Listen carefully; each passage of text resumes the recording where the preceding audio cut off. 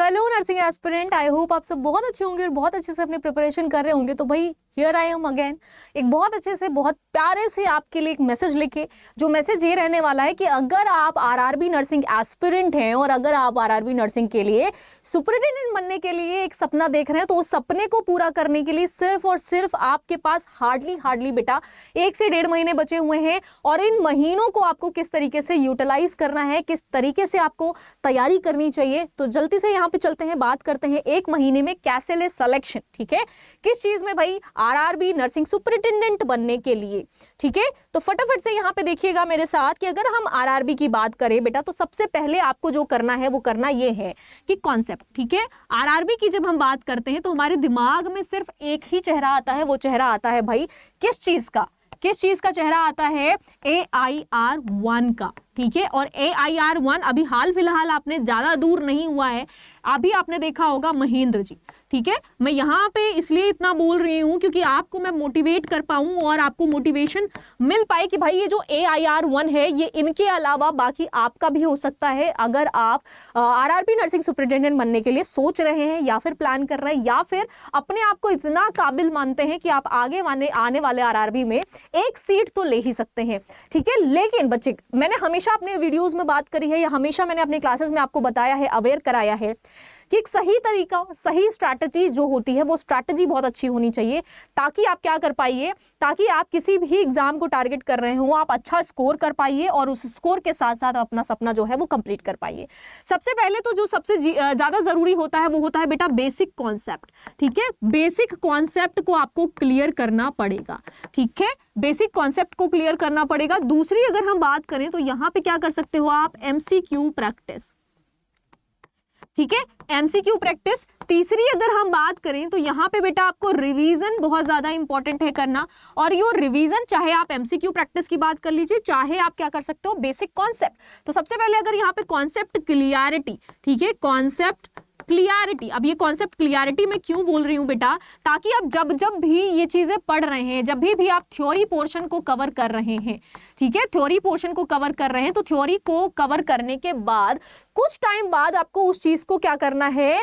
Revision भी कर लेना है, ताकि आपकी कॉन्सेप्ट में क्लियरिटी आ पाए और आपको ये पता चल पाए कि कौन से टॉपिक्स आपके नॉन कमांडिंग है, कौन से टॉपिक आपके कमांडिंग है।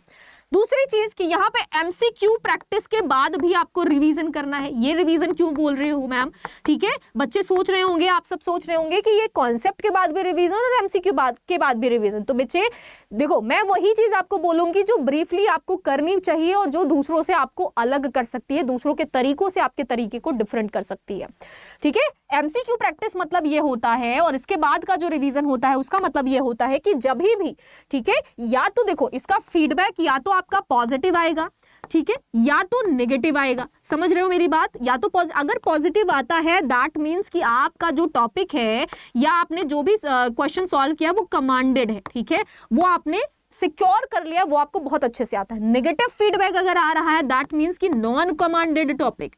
ठीक है, नॉन कमांडेड टॉपिक मतलब क्या हो गया कि जब भी आप क्वेश्चन करते हैं तो आपको कुछ ऐसे टॉपिक्स, जैसे कि मैं यहाँ पे एग्जांपल देके आपको बता रही हूँ और मेरे साथ रिलेट करते हुए आप जरूर कॉमेंट में बताते रहिएगा कि मैं जो बोल रही हूँ उससे आप रिलेट कर पा रहे हो या नहीं।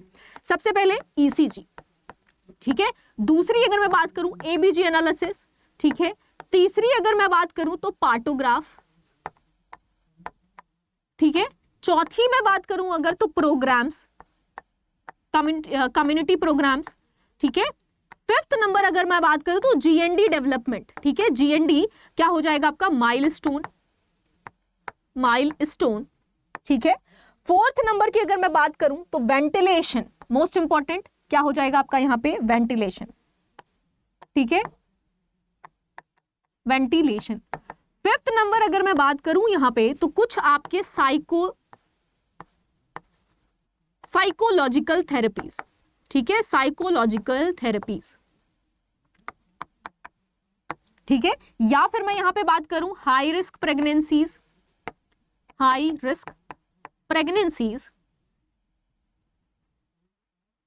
नेक्स्ट अगर मैं बात करूं, ये सब मैं क्यों लिख रही हूं बेटा, मैं अभी आपको समझाती हूं कि क्यों मैं यहां पे लिख रही हूं। ठीक है,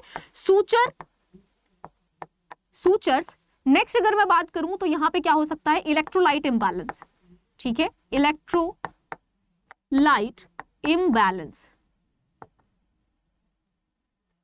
ठीक है, या फिर मैं यूं कह लूं कि आपको हार्मोनल रिलेटेड, ठीक है, हार्मोनल रिलेटेड जो भी क्वेश्चंस होते हैं वो क्वेश्चंस करने में बहुत डिफिकल्टीज होती। तो ये कुछ ऐसे टॉपिक्स होते हैं जिनको हम क्या करते हैं बेटा, गलत करते ही करते हैं, ठीक है। कब गलत करते हैं, जब हम एमसीक्यू प्रैक्टिस कर रहे होते हैं, ठीक है। अब इन टॉपिक्स को भाई अगर आप एमसीक्यू प्रैक्टिस करते करते गलत कर रहे हो, ठीक है, तो दैट मींस कि एमसीक्यू के बाद आपको वापस से इनके कॉन्सेप्ट को फिर से एनालिसिस करने की जरूरत है।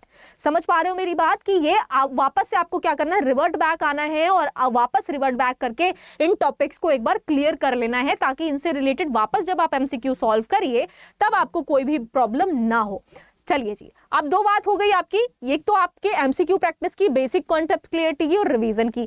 तीसरी चीज जो हमने यहाँ पे बोली वो बोली कि आपको रिवीजन करना है, ठीक है बेटा। और अगर फोर्थ वन की बात करूं मैं यहाँ पे, तो रिवीजन हमने दो टाइप से बताया। आपको सबसे ज्यादा यही लगता होगा कि चलो भाई पढ़ लिया, कॉन्सेप्ट पढ़ लिया, उसका रिवीजन करना है एंड देन मैम ने बोला था एमसीक्यू करना है, लेकिन नहीं, ऑलवेज आपको ये पता होना चाहिए कि एमसीक्यू प्रैक्टिस होने के बाद जो जो चीजें आपसे गड़बड़ हो रही हैं उसको हाईलाइटेड कर लो, ठीक है, उसको हाईलाइटेड कर लीजिए। और हाईलाइट करके बेटा क्या करना है, आपको उन पॉइंट्स को एक बार फिर से उन पर प्रकाश डालना है, ठीक है, एक बार उन पे फिर से प्रकाश डालिए और फिर से वापस से उसको देखने के बाद फिर उस क्वेश्चन को अटेम्प्ट करिए।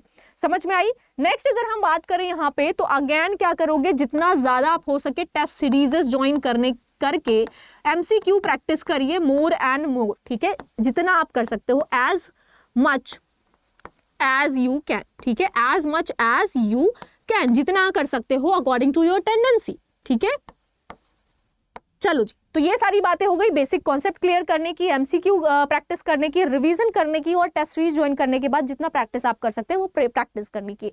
अब ये सारी चीजें होंगी कैसे बेटा, ठीक है, ये जितने भी आपके क्या है नर्सिंग पोर्शंस है और नॉन नर्सिंग पोर्शंस हैं, जैसे कि नर्सिंग पोर्शंस में आपका क्या हो गया भाई, नर्सिंग पोर्शंस में क्या हो गया, आपका जो क्वेश्चन आएगा वो क्वेश्चन कितने आएंगे आपके 70 क्वेश्चंस, ठीक है, आपके 70 क्वेश्चंस देखने को मिलेंगे। और नॉन नर्सिंग से अगर मैं बात करूं तो नॉन नर्सिंग पोर्शन से भी आपके कितने आएंगे, 30 क्वेश्चंस देखने को मिलेंगे, ठीक है। तो ये तो 30 क्वेश्चंस पे आपको कमांड करना ही करना है, साथ साथ 70 क्वेश्चन जो आ रहे हैं ये क्या होंगे, ये भी बहुत ज्यादा इंपॉर्टेंट है। तो टोटल 100 क्वेश्चन आपको देखने को मिलेंगे विद नेगेटिव मार्किंग, ठीक है। अब जहां जहां ये नेगेटिव मार्किंग ऐड हो जाता है, इसका मतलब क्या होता है, ये जो नेगेटिव मार्किंग है इसका मतलब ये होता है कि हमें बहुत ज्यादा ध्यान देने की जरूरत पड़ सकती है और पढ़नी चाहिए और पड़ेगी, ठीक है, ताकि आप क्या कर पाओ, कहीं से भी चूको ना और कहीं से भी आपका क्वेश्चन गलत ना हो। अब इन चीजों के बारे में हमने बात कर ही ली है। तो भाई अगर आप क्या कर रहे हैं, नर्सिंग सुपरिटेंडेंट बनना चाहते हैं, तो उस नर्सिंग सुपरिटेंडेंट बनने के सपने में एक और चीज आप ऐड कर लीजिए भाई, वो है आपकी तैयारी, ठीक है। वो क्या है बेटा, आपकी तैयारी है। और उस तैयारी के लिए आपको क्या करना है, नर्सिंग अड्डा के साथ जुड़ना है और जुड़ने के बाद आपको तैयारी करनी है। और उस तैयारी में आपने देखा होगा कि भाई यहाँ पे जो फर्स्ट रैंक थी वो रैंक आपकी नर्सिंग अड्डा ने दी, ठीक है, आरआरबी के लिए। तो इससे आपका मोटिवेशन और ज्यादा अच्छा होता है, ठीक है। आपको क्या करना है, नर्सिंग महापैक में एनरोल कर लेना है, जो कि आपको 2450 का दिखाई दे रहा है, प्लस 3x वैलिडिटी, 3 साल के लिए आप एक्सेस कर सकते हैं बैच को, हमारे साथ जुड़ सकते हैं। या फिर अगर आप आरआरबी को स्पेसिफिकली टारगेट कर रहे हो, ठीक है, तो यहाँ पे आपके लिए आरआरबी के लिए एक फ्रेश बैच जो है वो स्टार्ट किया गया है, वंदे भारत अंत्योदय बैच, ठीक है, जो सिर्फ और सिर्फ 199 रुपीज में आपको दिया जा रहा है, 1000 लाइव आवर क्लासेस के साथ, टेस्ट सीरीजेस के साथ, नोट्स और रिकॉर्डेड वीडियोस के साथ, और फिर साथ में आपको डाउट सेशंस भी दिए जाएंगे।